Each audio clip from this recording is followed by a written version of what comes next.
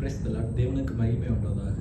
இன்றைக்கி நான் என்ன வார்த்தை நான் சொல்ல போகிறேன்னா, நம்முடைய வழி, நம்முடைய பாதை, நம்ம எப்படி நம்ம நடக்கணும், நம்முடைய பாதையை எந்த வழியிலே நம்ம கொண்டு போகணும்னு நம்முடைய கர்த்தராகிய இயேசு கிறிஸ்து இந்த பைபிளில் இந்த வசனத்தில் நம்ம சொல்கிறார். என்ன வசனம்னா, யோவான் எழுதினது மத்தேயு 3ஆம் அதிகாரம் 1ஆம் வசனம் 1-2.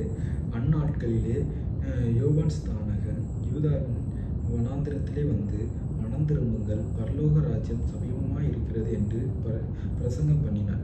அன்றைய தினத்திலே நம்முடைய யோவான் ஸ்நானகன் அன்றைய தினத்திலே என்ன சொல்கிறார்? பரலோக ராஜ்யம் சமீபமாக இருக்குது, நம்ம மனம் திரும்பணும். நம்முடைய எத்தனையோ பாவங்கள், எத்தனையோ துரோகங்கள், நமக்கு எத்தனையோ பேருக்கு நம்ம எத்தனையோ பாவங்கள் இல்லாமல் செஞ்சிருக்கோம். நம்ம அதெல்லாம் ஒரு விஷயம் நம்ம நினச்சி பார்த்து நம்ம இனிமேல் அந்த பாவத்தை செய்யக்கூடாது. அதை அப்படியே நம்ம விட்டுட்டு மனம் திரும்பணும். நம்ம கர்த்தருக்குள்ளே மனம் திரும்பி அந்த அழகான ஒரு பரலோக ராஜ்யத்தில் நமக்கும் ஒரு இடத்த, ஒரு பங்கை நம்மளும் ஆயத்தம் பண்ணி இப்போவே வைக்கணும். அதான் யோவான் ஸ்நானகன் சொன்னார். நம்முடைய கர்த்தராகி இயேசு கிறிஸ்து இந்த உலகத்தில் வந்து அவர் சொன்னார், மனம் திரும்புகள், பரலோக ராஜ்யம் சமீபமாக இருக்குன்னு அவர் சொன்னார்.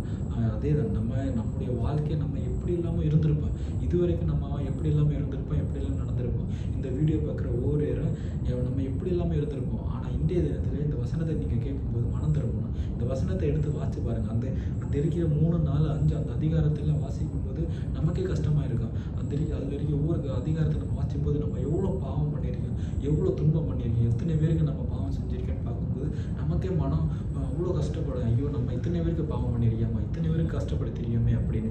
ஆனால் இந்த தினத்தில் நான் சொல்கிறேன், அவர் நமக்காக அந்த சிலுவையிலே நமக்காக அறையப்பட்டார்.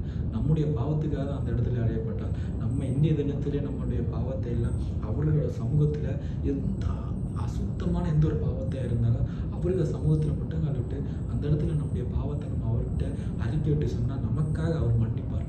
நம்முடைய பாவத்தை எல்லாம் நம்ம மன்னிச்சு நமக்காக அந்த பரலோக ராஜ்யம் அவர் வந்து போகும்போது அந்த பரலோக ராஜ்யத்திலே நமக்குன்னு ஒரு இடத்தை அவர் ஆயத்தம் பண்ணி வச்சிருப்பார். இந்த வீடியோ பார்க்குற எல்லாருமே நம்முடைய வாழ்க்கையை எல்லாரும் மாற்றுங்க.